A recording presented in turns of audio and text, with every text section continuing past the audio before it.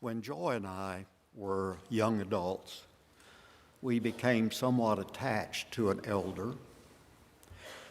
In his house, he had numerous paintings and pictures. And in those pictures, that there was a windmill often. His reply, when I asked, was there a reason why this seems to be a theme to me? He said yes. He was wanting his life to be like a windmill, always giving, never asking for anything in return, nor expecting it. That is Donna Partain. She was one of the best examples that I know of the fruit of the Spirit. Galatians 5:22. She was all those characteristics and leaves us a pattern to follow. Please pray with me. Our Father in heaven, you're so magnificent, so wonderful, and you take such good care of us. We gather before you seeking your comfort and your strength as we recall the life of Donna. We thank you for the faith and trust she placed in your Son, and for the example she set for all of us. Thank you for the gift of Donna's life, for the love, the memories, and impact she had on all who knew her. We ask comfort for those who grieve. Fill our hearts with your gentle peace, and surround us with your love. Grant us the ability to support one another as we find hope in your eternal promises. Bless this service. May our words and our prayers honor Donna's memory and reflect the love we share for her. We are reminded of the blessed hope we have in you, along with the promise of resurrection and eternal life, free from pain and suffering. We pray in your Son's holy name. Amen.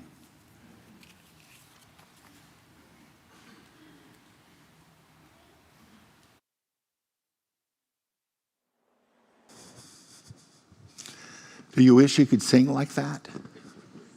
I sing like that all the time in here. It's as close as I get. Thank you for coming today. Thank you for showing up and being with this family to offer your loving kindness and support, to give them encouragement and prayer, to celebrate the life of Donna Partain, a life worth celebrating. I'm very excited to be here, very happy to be a part of this, not because my friend passed away, but because some funerals are just really, really hard to do, and then others are such celebrations of joyfulness and happiness, and I park Donna in that category, don't you?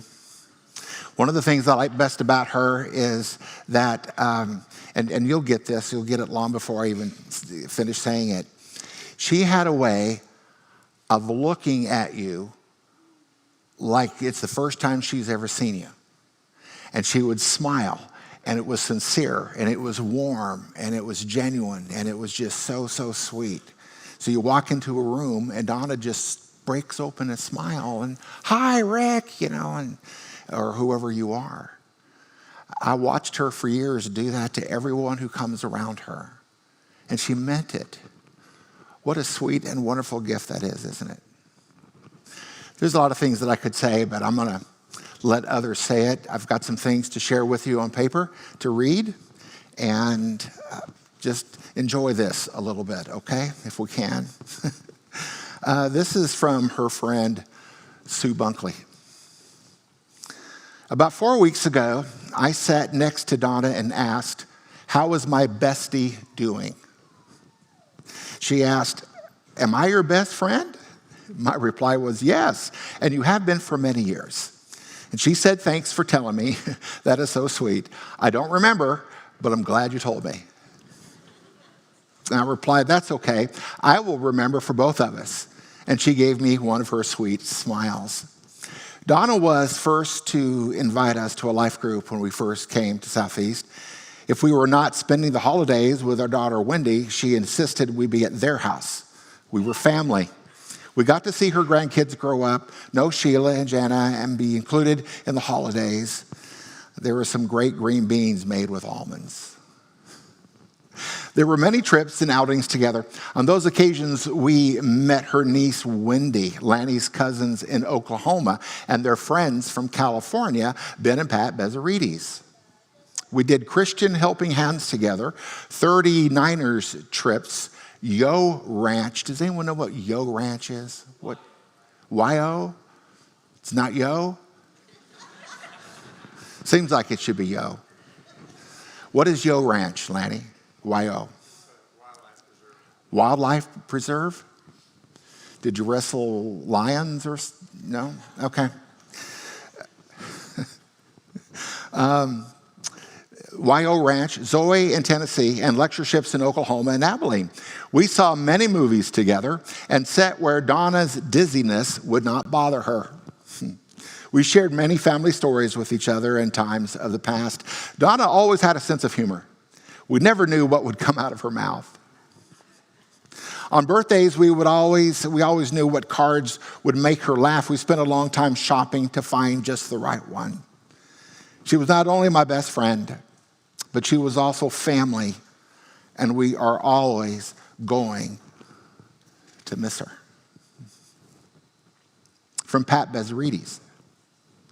We remember so many wonderful times we had together. We always went out to dinner every Friday night and to a movie.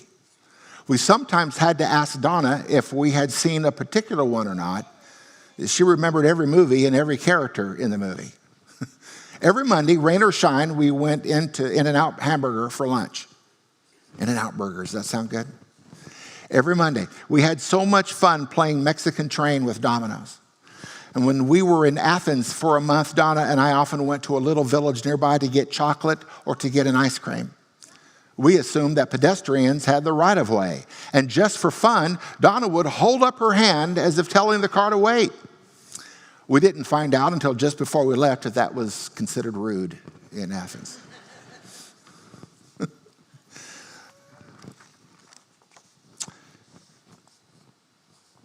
Joretta Seminac. I met the Partains shortly after they moved to Houston. I invited them to visit Southeast, and they came and they fell in love with the Southeast family. We became part of the same life group and were eventually co-leaders. Donna had a sweet spirit and a kind heart. She was very caring and compassionate. She was a wonderful hostess. And when we met at their house, she was so attentive to the needs of others.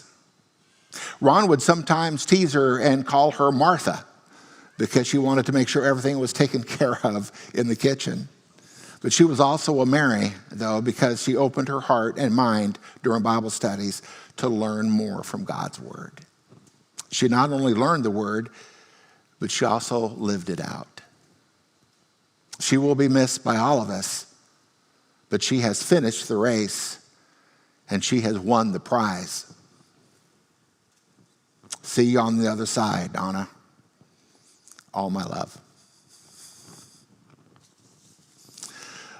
Lynn Vanderdossen, am I saying that even close?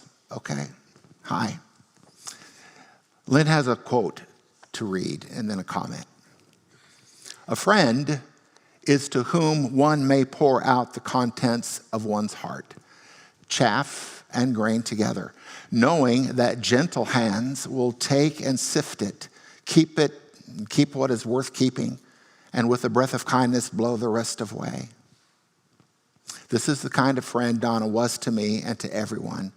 She saw the good in others and did not consider anything else worth remembering. I love you, Donna, and we'll miss you. From Laurie Brown, her niece. Well, how do I start? Aunt Donna was vocal about her food, her food preferences. These are a few that I remember. She preferred to drink her diet caffeine-free Coke straight from the fridge, out of the can, no ice. That was important. She was adamant that Mexican food required a Diet Coke with it, something about the carbonation. My husband Kyle is in full agreement. She loved chewing gum as much as I do. This could have something to do with dental hygiene, as I remember being astonished that she flossed after every meal. But the funniest thing she ever said to me regarding food is this: everything tastes better when you eat it outside, except ice cream. Maybe the eating outside thing developed from their California years. She would regale me with stories about the joys of Costco and In-N-Out burgers, neither of which I'd ever heard of back then. But she and I both liked a thin patty. And she was hilarious. Aunt Donna was full of grace and love. She loved her whole family, both blood family and church family. She loved babies so much. She made the most beautiful personalized baby blankets for each one in the family. She made gorgeous sequined Christmas stockings for many of them. The sequined Christmas Advent calendar with 24 tiny ornaments remains one of my favorite decorations to this day. It is a sight to behold. There is no telling how much time Aunt Donna spent making that. I have a great memory of when everyone came to Sugar Land for Christmas, and all of us kids slept in a row of sleeping bags on the floor of my parents' bedroom, as I remember it. Apparently, all the moms stayed up late for Christmas Eve. They may have been getting all the Santa gifts ready to be discovered the next morning, I'm not sure. But as my mom tells it, Aunt Donna was the first to fall asleep. And she was right there on the floor under the Christmas tree. And my mom and Aunt Ina, covered her with a blanket and thought it'd be funny to put a big bow on her. It's quite a family, isn't it? Yeah, okay. Put a big bow on her. Okay. I'm not sure if she and Aunt Ina did the same for themselves, but I think they did. Mom tells me she thinks that they even snuck into Grandma's room and put a bow on her too. At any rate, the story is that Uncle Lanny came in Christmas morning, saw his bride under the tree with a bow, and said, "I believe I'll unwrap mine first." Did you? Uh-huh. She and my Uncle Lanny had a huge impact on me growing up. They showed me how Christians live. I know they prayed for me as I was growing up, and I knew they loved me. Later in life, when we were still living in darkness and addiction, Kyle and I got engaged. Uncle Lanny agreed to marry us, and our ceremony was videotaped. Time passed. Kyle and I were dramatically saved, and Kyle had a miraculous Saul to Paul type of transformation. If Christ had not intervened in our lives, we would 100% be either dead or divorced right now. Years after we were saved, I popped that old videotape into the VHS player. And what I saw and heard was amazing. The prayer that Uncle Lanny prayed over us when he married us was incredibly powerful. I was clueless at the time, of course, but everything he prayed for came to fruition. Words cannot fully express the joy I will have when I see my sweet Aunt Donna again in heaven. I love her so very much. From daughter Jana, thank you. Jana. Mom and I were united by our passion for animals, particularly our love for cats and dogs. She was intrepid, embracing every creature from insects to reptiles, while I watched in awe and a bit of dread. One Sunday afternoon in her front yard, Mom discovered a huge green lizard with a mischievous grin. She opened and closed its mouth playfully against her earlobe like it was a living, dangling earring. My little sister Sheila and I gasped in terror hearts racing as we witnessed this wild display. At the beach, the adventure continued. Mom spotted a tiny crab scuttling sideways, expertly scooping it up before it could vanish into the sand. She grinned as she handed it to me, but the thrill of her bravery left me frozen in place. I just couldn't match her courage. Back at home, Mom found a daddy long-legged spider, showing no fear as it crawled across her hand and upper arm. I knew she would soon offer it to me, but before she could, I sprinted away as fast as my legs would carry me. Life with Mom was always an exhilarating ride, filled with surprises at every turn. Mom, it fills me with such pride to hear others say that I resemble you. They are right. I see your spirit in me every time I look in the mirror. You have uplifted God's glory by raising me according to his purpose. And I thank God for sending me to you. I know you are the best mom. And I will always treasure our beautiful memories. And I eagerly am awaiting the day that we are united in heaven. And then her husband, David, wanted to share this about his mother-in-law. I was always welcomed by my mother-in-law, Donna, whose big, beautiful smile and bright blue eyes lit up any room. While she may not be fluent in sign language, her heart speaks volumes as she expresses, I love you, with very slow, deliberate words, ensuring that I can read her lips. Donna will be greatly missed, and I look forward to the day I reunite with her in heaven, carrying her spirit with me always. One more. This is from Sheila. Mom was a true Christian example and a light to everyone around her. She lived her faith daily, not just in words, but in her actions. With kind words, a helping hand, or a quiet prayer, she shared God's love with all who knew her.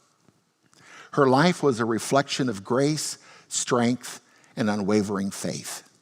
She truly was a light in this world. Mom was the neighborhood kid caretaker. She was the one all the kids would run to when they scraped their knee or needed a Band-Aid, and she always gave a hug to go with it. Her door was always open, her heart even more so. And when I was a patient at MD Anderson, she was a source of relief, and even in the darkest moments, she found a way to make others smile. She befriended everyone, patients, their parents, and the staff. She made it her mission to brighten the lives of everyone around her. She catered to every one of my, quote, chemo cravings. With love and devotion, she cooked steak and corn in the patient kitchen every single day. Then there was the SpaghettiOs phase. I only wanted the ones with the Franks in them, but insisted that she pick the Franks out. I swore the flavor was just better that way. And without hesitation, Mom did it. Mom was our calm in the storm. No matter what life threw at us, she was our constant. She supported everything we did or went through. Mom always was there with a listening heart. She didn't try to fix everything. She just let us be heard, advised us, and comforted us. She stood by us in our toughest moments, quietly, lovingly, unshakably.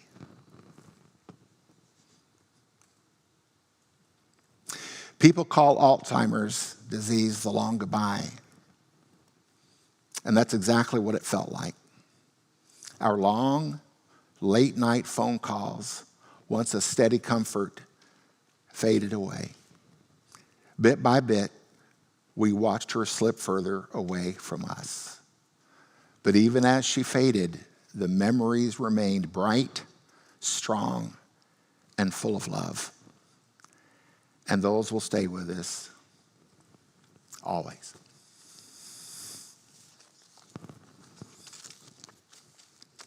Many of you in this audience this morning know who I'm talking about when I say the name Danae. For those of you who don't, let me give you a little background. Some years ago, there was a young girl, young woman, half Korean, never knew her father. And anyway, she and her two siblings found their way to the States. And as Danae grew, her life began to be more difficult and harder, struggled. She had a lot of health issues and just a lot of things. But she decided to get away, that she needed to get out of the situation she was in Florida and go to California. There was reasons for her to want to go there.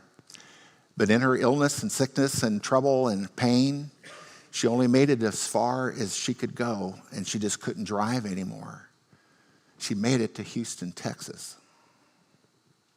And she found a hospital, and she tried to self-admit, but for reasons I can or won't go into, they would not accept her. And so they sent her off to Memorial Hermann.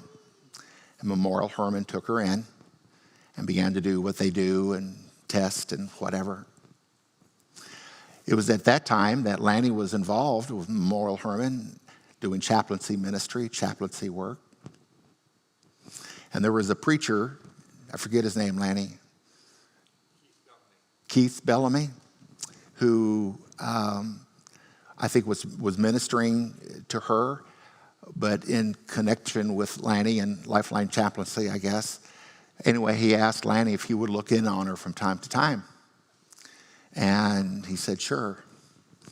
And the first time he went in to meet Danae, she was smiling and was very kind and very happy to have someone to talk to. And he just kept going back and forth, and stopping by and talking to her each day for as long as she was there, I think.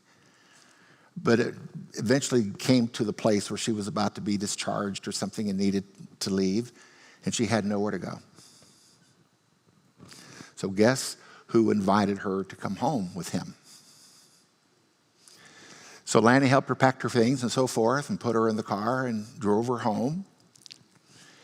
And I've been trying really hard to get a straight answer from Lanny if he told Donna anything about this. And I'm still trying. He sort of walks in the house. I think she had an idea, but there was Lanny and there was Danae, and she stayed for 8 years. And was this beautiful person and this amazing person who struggled, had surgery after surgery, issues, was in constant pain, a lot of pain, hard pain. I'm told that for those who are full-time caregivers, that administering pain medication and support and dealing with that for someone is a really challenging situation. That's who Donna was. They adopted her like a daughter. She was a daughter. She was part of the family. And when she died a few years ago, her remains were added to the remains of Lanny's parents in a cemetery in Oklahoma, where Donna's remains will go. If you want to know anything more about Donna Partain, just think about her life with Danae and the love and the care, along with her family and her kids and her grandkids. I don't know that I would have been so generous. I don't know that I would have taken somebody into my home like they did. That's who Lanny is. That's who Donna is. And for me, honoring her this morning, celebrating her life, that idea will stay in my mind forever. Danae. Sorry you lost her, brother. Anyway, thanks for listening. We'll continue.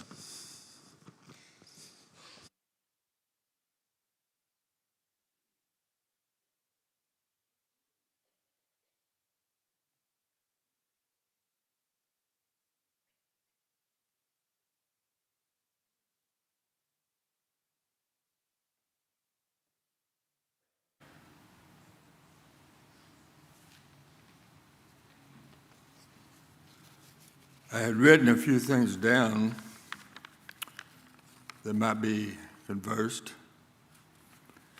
And then I thought, well, Lanny says, come on over and give it yourself. So I do have a few notes. Tough act to follow, Brother Rick. My name is Ron Thompson, and Donna and Lanny, and my wife Karen and I have been friends for many, many, many years. I know because we celebrated many birthdays together along the years. The four of us worshiped together at Neyland Avenue Church of Christ in Neyland, Texas. He and I were both deacons. And Donna and Karen taught classes and did everything that women do in church, took care of the youth. You've heard all the aspects of Donna. That was her life the entire years that she lived. It wasn't just recently. But I'll give you a few comments on what happened maybe before you met her here in the Houston area a little bit.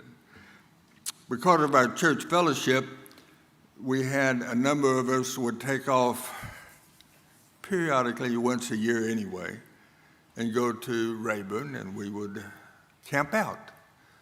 I'm not talking about in the houses, I'm talking about tents and whatever was available to sleep on.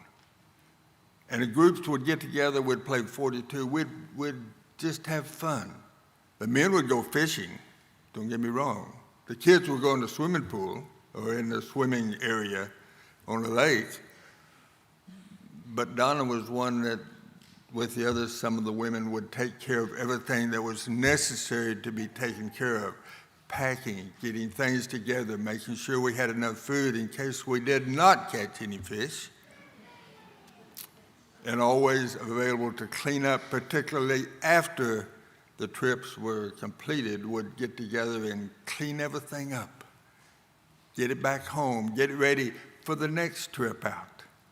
And that was important, obviously. During Sheila's illness, it's already been commented on, Donna was concerned about the travel back and forth from Texas, Neyland to MD Anderson. And it bothered her because it wasn't comfortable. I had a little Datsun small SUV, and Lanny bought it, and Donna loved it because it put a bed in the back, a little mattress in the back, and Donna was so happy that now Sheila wasn't being tossed around and uncomfortable in her trips back and forth to the Houston area. And that was important to her. She wanted you to be comfortable. She wanted to do everything in the world she could do to make you not enjoy, but live through it in a better way at all times. Laney and I were co-workers at Union Oil Company that is no longer around anywhere. It's been 2 of my refineries that have shut down. It didn't look good on my resume, but anyhow, Laney and I worked together for many years out there. And then in 1990, when we shut the Beaumont refinery down, we got transferred to California.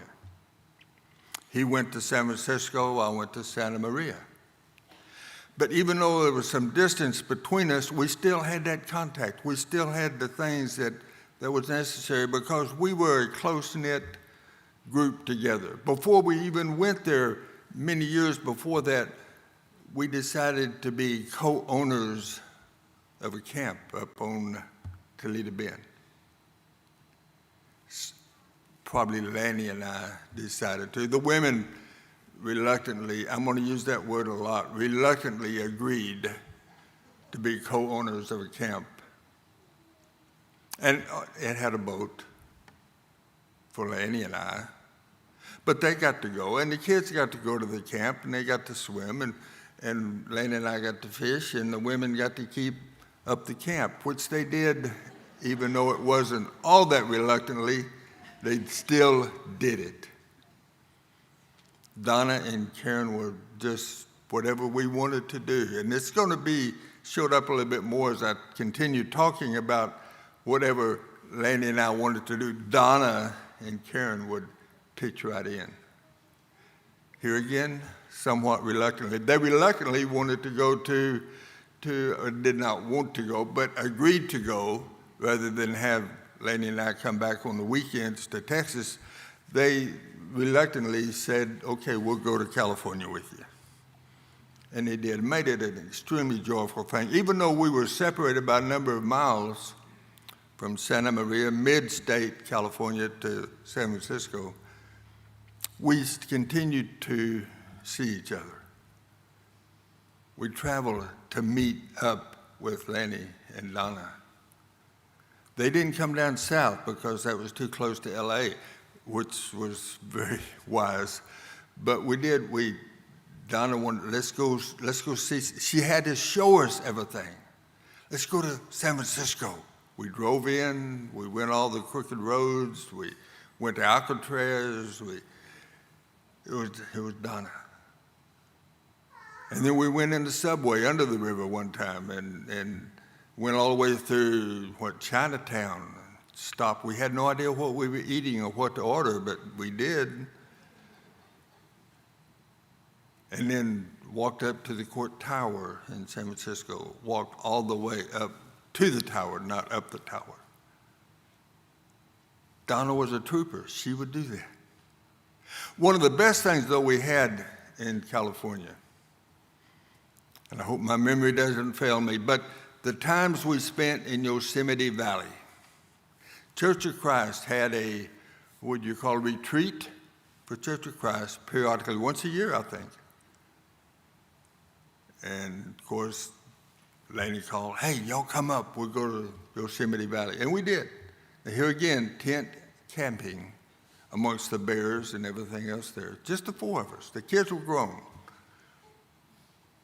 And we would go every evening and we would have some speaker give some message and we would sing together. And every tent around, it seemed like in the whole valley had somebody singing hymns after the services were over. One time they had announced talk. It was going to be women's role in the church. Now that could be a dissertation of we don't want to get into here, but we had the liberal side and we had the very conservative side, both ministers from the church, and they had a debate. And Lanny and I sat there in the lawn chairs. You had to bring your own lawn chairs. We would sit and we would listen, and it was good. And, we'd go back and forth a little bit. Right after it was over, we got up. And we turned around, and the women, Donna and Karen, were no longer to be found anywhere. They just left. We couldn't find them. We did find them eating ice cream, though, in a little cafe type place. But that was Donna. Whether she didn't want to go up on Half Dome, but she did want to doctor Karen's feet once they were bloody when we came back. She did go up and walk down, slide down the trail off Glacier Point in Yosemite. She was very, very good at what she did at all times. Well, the four of us had a lot of experiences, whether it's getting in the car and going to Coos Bay, Oregon. I want to go up through the Avenue of the Giants, and Donna says, yes, let's go. So we got the four of us in the car, and we went up Highway 1, the number one road in the West. And we stopped at a Cajun cafe. And folks, Oregon doesn't have Cajun. Let me tell you. But then we left Coos Bay, Oregon, and we drove over to some volcano, right? It was a dormant volcano. July the 4th, they just cleared the snow off the road so you could drive up enough that you could walk up to the top of this volcano that had water in it. And Lane and I wanted to fish. Now here again, reluctantly, the ladies walked up and over the top of the volcano, and the mosquitoes were terrible. And so the ladies, here again, they left. I don't guess they could find an ice cream place to eat, but they left, and Lenny and I walked down and might have fished once or twice, I don't know. Anyhow, all the things that we've done, I could go on and on and on. But when Unical on the west closed, well, Lenny and I moved back to Texas. He lived here in the Houston area. I lived in Nederland. And even though we didn't go back and forth once or twice, Lenny was always busy. He never stopped working. Donna never stopped working. It's been already stated by Brother Rick. And I had other things. We started having grandkids coming up too. But we still kept close enough contact because we knew they were right there. We knew we were family together. And he and I talked about conditions, medical conditions, Christian events that's happening, etc.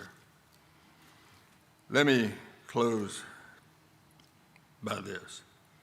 Donna had and will always have a special place in our hearts for her loving spirit, her generosity, and the kindness that she showed to all. She has been an example of what it means to be a Christian woman, a Christian wife, a Christian grandmother. And the memory of her will live on, even with the lives that she has touched. When I told my wife Karen that Donna had passed, Karen said, and I quote, "I love her. She was one of the most kind and gentle persons I have ever known." That was Donna.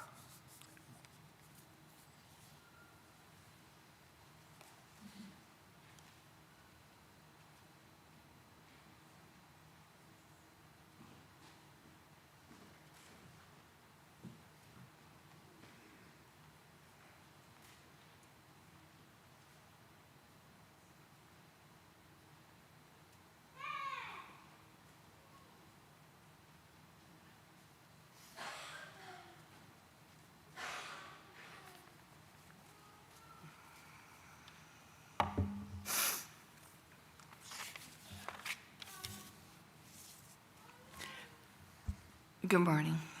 My name's Elisa Mason. Donna was my friend. My husband, David, and I moved to Fairfield, California in 1992 with our then 3 teenage children. We visited the Fairfield Church of Christ, and the first person I met in the door was Donna Partain. What a delightful woman.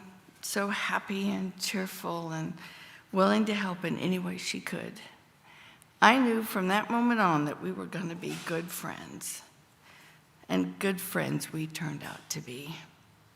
She helped me to become active in the church there with the ladies, cooking for Saturday morning men's breakfasts, countless ways. But more than that, she became someone I counted on. We could laugh together, we prayed together, and she was someone that I looked up to. In 1996, Dave and I had a little surprise addition to our family. And Donna was so excited and happy for me, almost as if she were getting her own grandbaby out of me. She was everything to me. I relied on her for advice, babysitting, and friendship. She helped me manage my life as a working mother of 3 teenage children and a brand new baby. I still have the beautiful baby blanket that she made for Levi with needlepoint. And we'll always keep it for his children. She would want that. She helped in the kitchen at this church family camp that we went to every summer. I was the main cook and had decided to go ahead and provide 7 days of meals for 150 people. It was special. But she mostly came to play with Levi and also to laugh and talk into hours of the night of all the shenanigans of the days that had gone on. She had the most infectious laugh. A funny story, a quick one. One morning we were going to make these, I don't know what they called them, these buns that were filled with sausage and different things, and cheese was one of them. And she said, well, how are we going to know what the cheese are?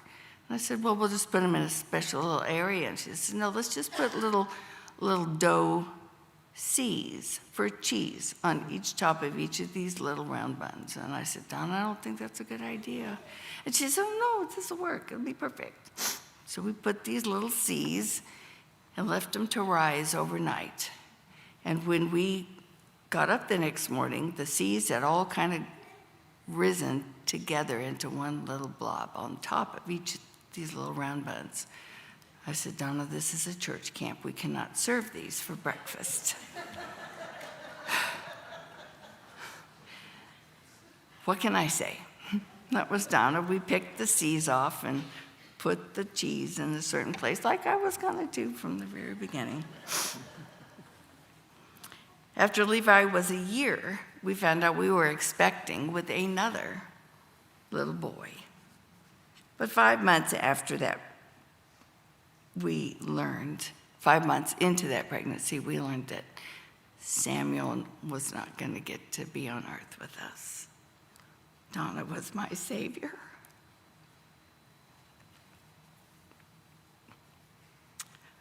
She waited at the hospital with Dave through that whole thing. Sorry. And then she picked Levi up from the daycare that he stayed at and kept him for a couple of days, knowing that that would be the biggest comfort for me to take care of my little boy like she knew I would want her to.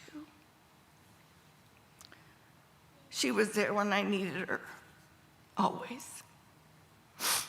I'll never forget and cherish her friendship and memory as long as I live.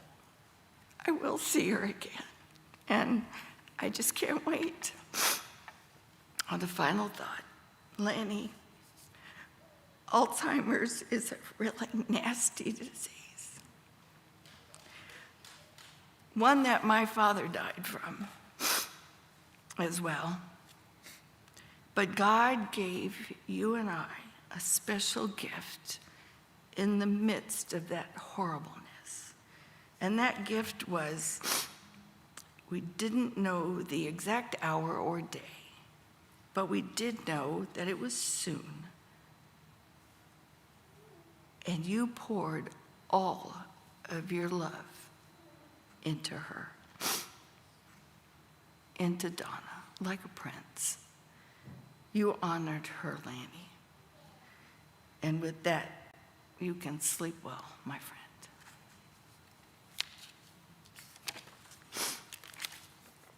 Thank you. Let's just go down the front. Let's go down.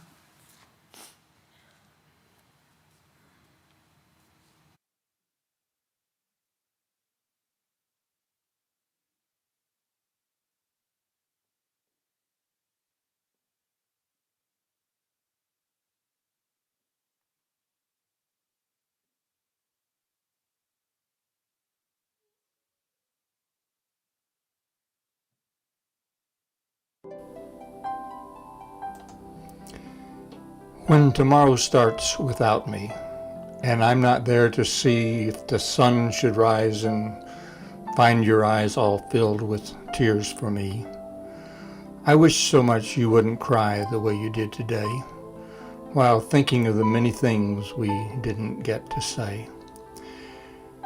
I know how much you love me as much as I love you, and each time that you think of me, I know you'll miss me too. But when tomorrow starts without me, please try to understand that an angel came and called my name and took me by the hand and said my place was ready in heaven far above, and that I'd have to leave behind all those I dearly love. But as I turned to walk away, a tear fell from my eye. For all my life I'd always thought I didn't want to die. I had so much to live for, so much left yet to do.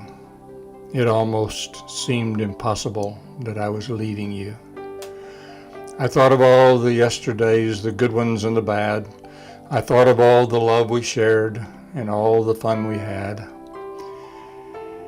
If I could relive yesterday, just even for a while, I'd say goodbye and kiss you and maybe see you smile.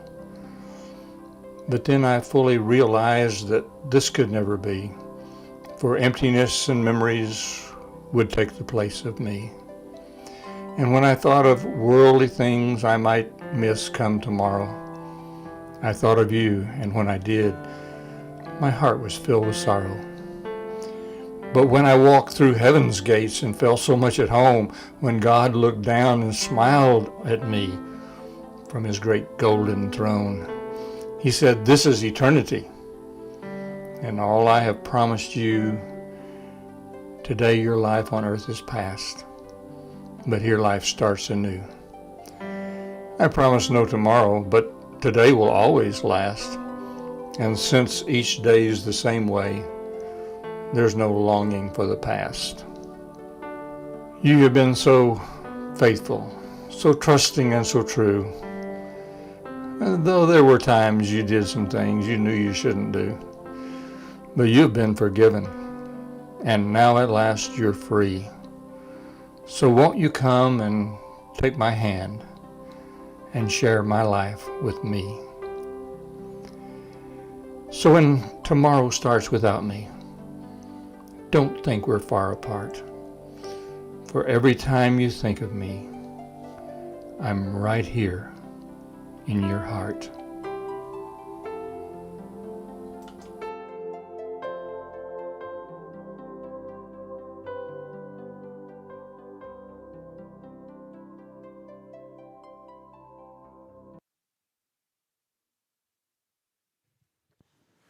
I invite you to stand with me as we sing.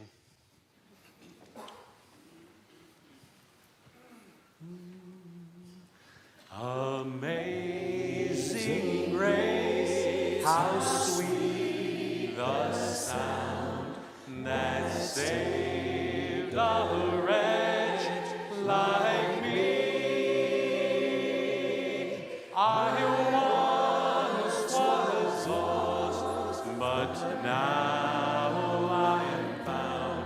'Twas blind, but now I see.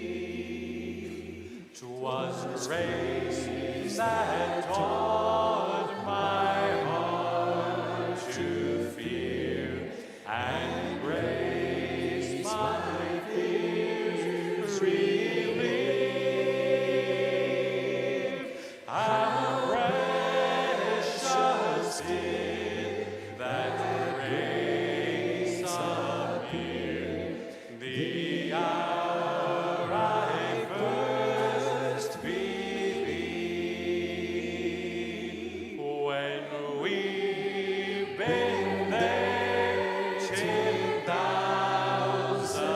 years, bright shining as the sun, we know last days to sing God's praise than when we first begun. When the trumpet of the Lord shall sound, and time shall be no more, and the morning breaks eternal, bright and fair. Oh, when the saved of earth shall gather over on the other shore, when the roll is called up yonder, I'll be there. When the roll is called up yonder, I'll be there. When the roll is called up yonder, I'll be there. When the roll is called up yonder, when the roll is called up yonder, I'll be there. So let us labor for the Master from the dawn till setting sun. Let us talk of all his wondrous love and care. Then when all of life is over and our work on earth is done, and the roll is called up yonder, I'll be there. Oh, when the roll is called up yonder, I'll be there.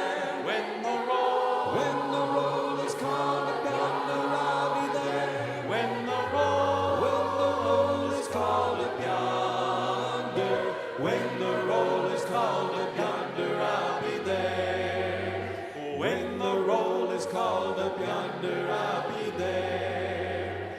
When the roll is called up yonder, I'll be there.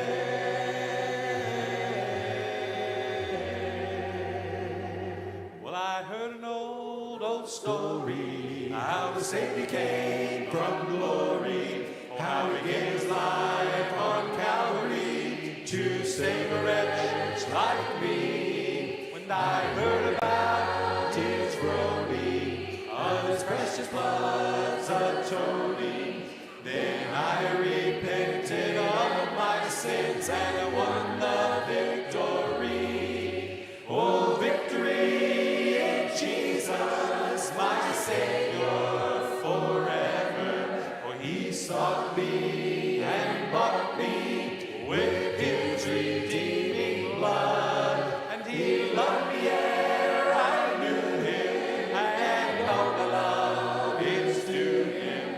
He plunged me to victory beneath the cleansing flood. And I heard about a mansion that he has built for me in glory. And I heard about the streets of gold beyond the crystal sea, about the angels singing, oh, and the old redemption story. And some sweet day I'll sing up there the song of victory. Oh, victory in Jesus, my Savior forever. He sought me and bought me with his redeeming blood. He loved me ere I knew him, and all my love is to him.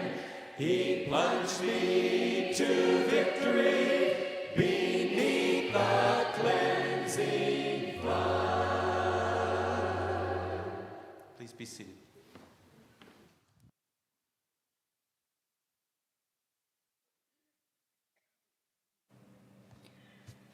Donna Bowles Partain was born on June 4th, 1942 in Newcastle, Indiana, to Faye Alberta Mumalt Bowles and Sherman Cleo Bowles. She was the youngest of 3 children. Her brother Keith Bowles and her sister Ina Bowles Hallett both preceded her in death. By the time Donna was 4 years old, the family had moved to a little town named San Juan in the Rio Grande Valley of Texas, just 9 miles from Reynosa and the Mexican border. She would live in the same little house until she was married. Her mother worked as a waitress, and her father, who died young from a heart attack, had his own 2-man business making and selling sawdust-based sweeping compound. She first encountered Jesus when her brother and sister, who had become acquainted with the young preacher at the San Juan Church of Christ, dragged her to church with them. Her brother and sister soon quit attending, but she never did. That's where she was when I met her. We had a crop failure on the farm in Oklahoma, and my dad accepted an offer to come preach there. We were both in elementary school and became good friends. My mom and dad pretty much adopted her. Through the years, she would often remember and comment on the powder blue suit and tie I wore every Sunday when first we met. During this time, we lived closely together and spent a lot of time together. Even after Alzheimer's had clouded her mind, she would still tell anyone who would listen about how we climbed trees together. And she would add that I always climbed higher than her, even though I'm not sure that I did. After about 3 years, the pull of the farm was too strong for Dad, and we headed back to Oklahoma. Donna and I would not see each other again until her senior year, when an eye infection took me out of Oklahoma Christian College, and I petitioned that little church in San Juan for a job. They hired me, but they talked Mom and Dad into coming also. There was Donna, just where we left her. A young preacher named Don Atherton had baptized her while we were gone. 2 dear unmarried sisters, both high school teachers, took her under their wings and made sure she got to church and was involved while she was there. Then, as Donna loved to say, we saw each other in a different light. This time, Mom and Dad would leave after a few years, but I stayed. However, Mom would not leave until she saw her baby boy married. I used to say we had to get married, if only to get Mom to go home. I proposed one night under a full moon parked on Lover's Lane, and she said yes. The rest, as they say, is history. We were married March 9th, 1962, at the Church of Christ in Far, Texas, with their minister, Tommy Kelton, performing the ceremony.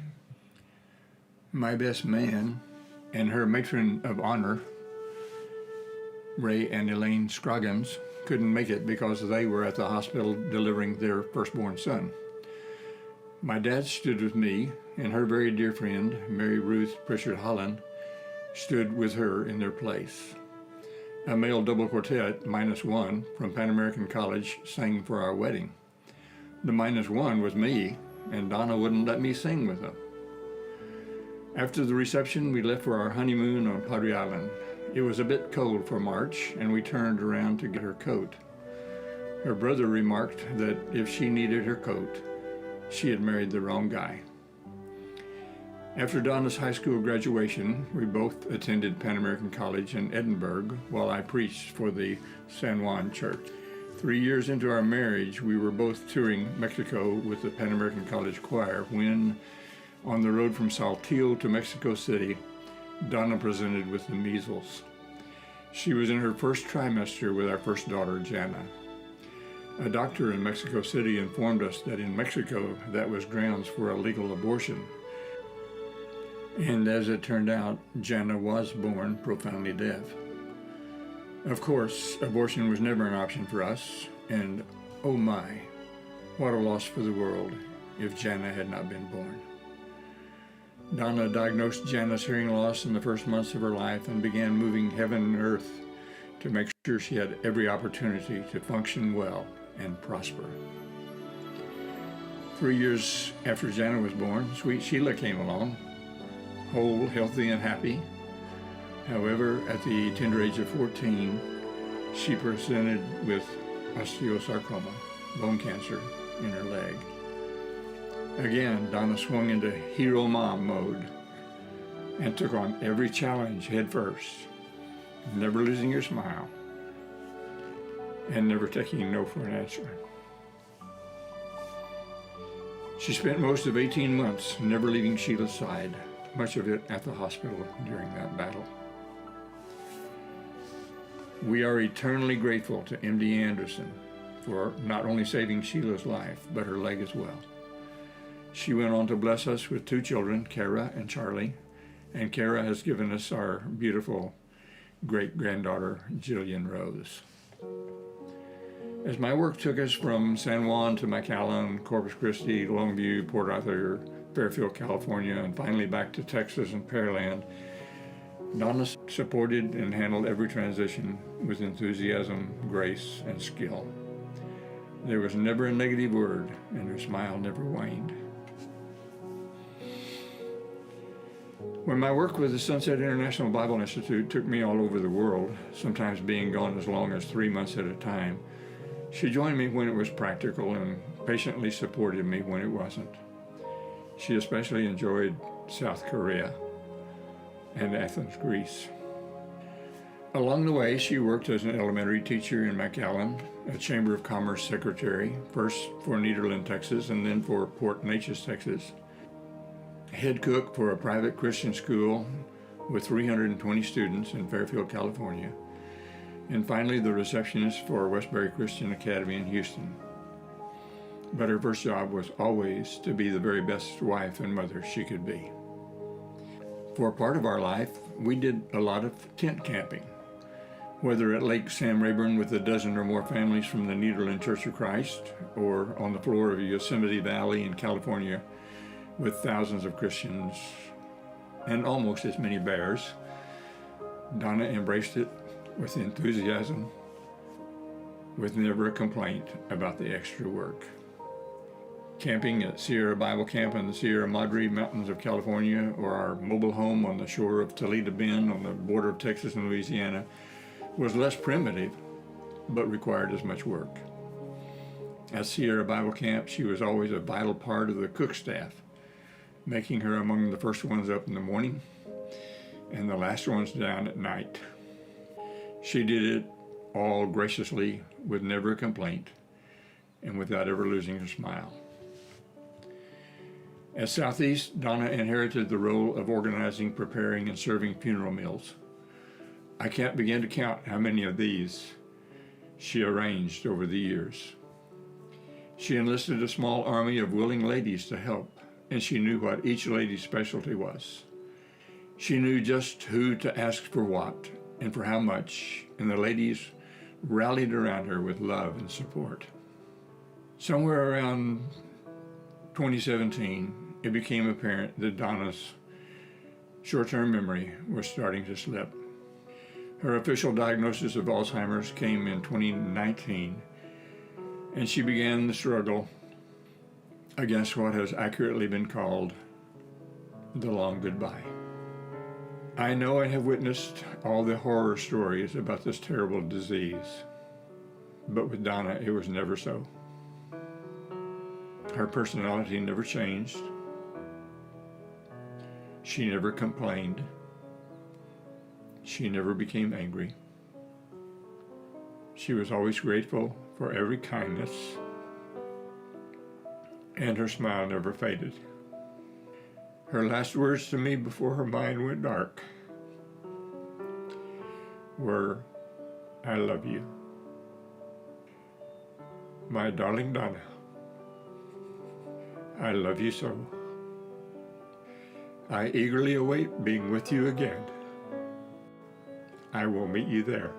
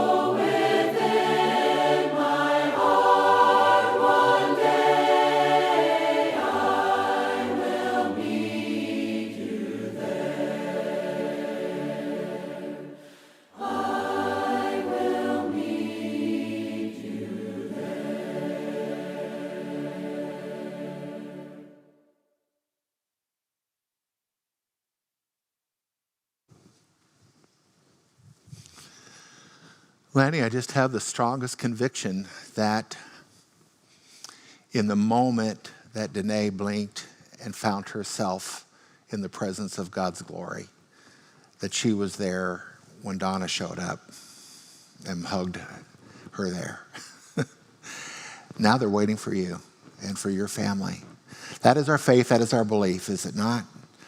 And I just imagine Donna right there with that smile, with her arms out, saying to her beloved, welcome home, honey. Thank you for coming, for being here, for caring. We're dismissed. Go with God.